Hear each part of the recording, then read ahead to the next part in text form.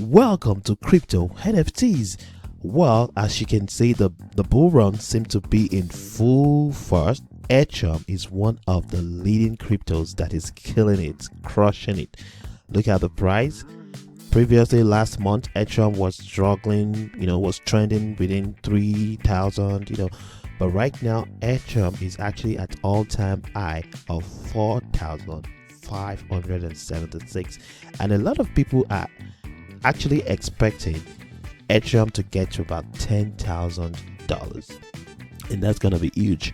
Well, that could be a good news for holders. I mean, if you are just an investor, you're just holding Ethereum, yes, that's a good news for you. But if you are actually one of the users who are actually making use of dapps on Ethereum, that is really gonna be bad. And why do I say that? So if we look at this pending transaction that I'm about to make, I have a token that I'm gonna sell, and at the end of the day, after I might have sold the token, I'll only make $200. So now the gas fees is gonna be 233. As a matter of fact, it's 228. So I'm actually going to pay $228 to make $200. That does not make no sense. So what is the implication of this? When gas fees keep rising and it's eating deep into your profit and even your investment, because if I actually make this trade right now, I'm not going to be making nothing. So as a matter of fact, I'm even going to be paying more to the network. If you look on Dapp radar, you would see the volume, how the gas price is actually affecting everybody, including those people who even trade NFTs. So Dapp radar is tracking ETH NFTs on OpenSea, and as you can see, look at the users, the volume, and the transactions.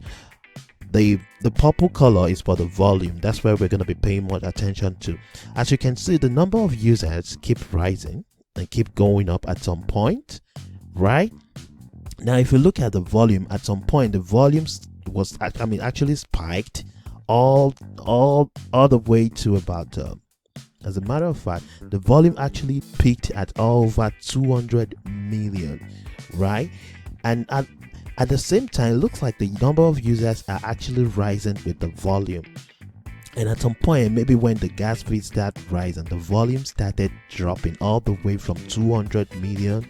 In fact, it spiked above over 240 million at some point.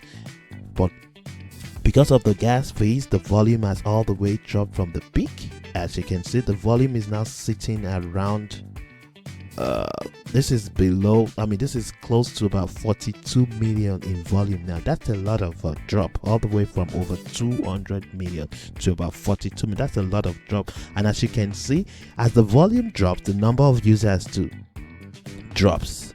So which simply means more and more people are actually leaving Ethereum platform. And where do you think people will be looking to? Number of people leaving Ethereum for other projects, keep looking for other project that is going to actually make them more money, faster transactions, lower fees, and all that. It appears that more people are getting to discover Binance. Look at the price. The price of Binance keeps spiking too, going back to its even the all-time high. Currently, Binance is sitting at about $92 billion, but I see this doubling in a matter of months if Ethereum fees keeps going crazy, because this is the second most popular platform for launching your dapps, your applications, and all that. And there are a lot of people who are actually doing a lot of stuff on Binance. So there are a bunch of projects on Binance.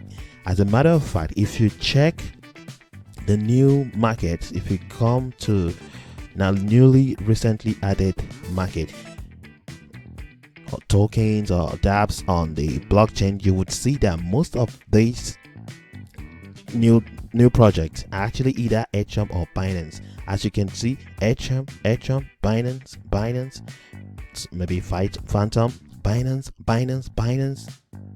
If you go down, Ethereum, Binance. These are just new projects that have been released today. But it has always been like that. More projects are launching on Binance these days. They're not, a little bit of maybe Solana, Avalanche, Phantom, Polygon, I've not been seeing too much project launch on Polygon, but I think the Polygon is really very slow. So right, Binance all the way, Binance Ethereum, and we can even see some project moving all the way from Ethereum to Binance.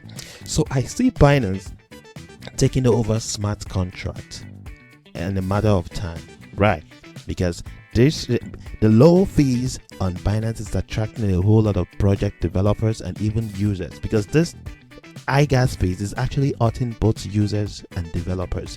What is the point if you have a project that only the rich people can buy? The purpose of making money on this blockchains and all that is, having more people to join. You want new number of holders from 10,000 holders, you want it to increase to like 50,000 holders, but if gas fees is actually preventing people to join your project, then that's gonna be a real big deal. And as a matter of fact, people will be looking for other better choices.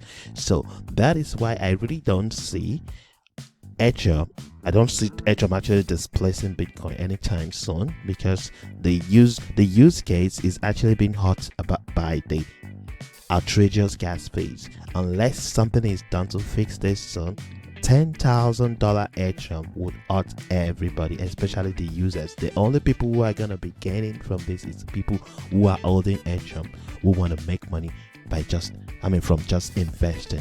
If you are a user, are you actually one of those people, trading NFTs, buying projects on Ethereum, this is not gonna look good by the time this gets to 10,000, because the gas fees is gonna be really outrageous. Let me know what you guys think. Anyways, I'll see you soon.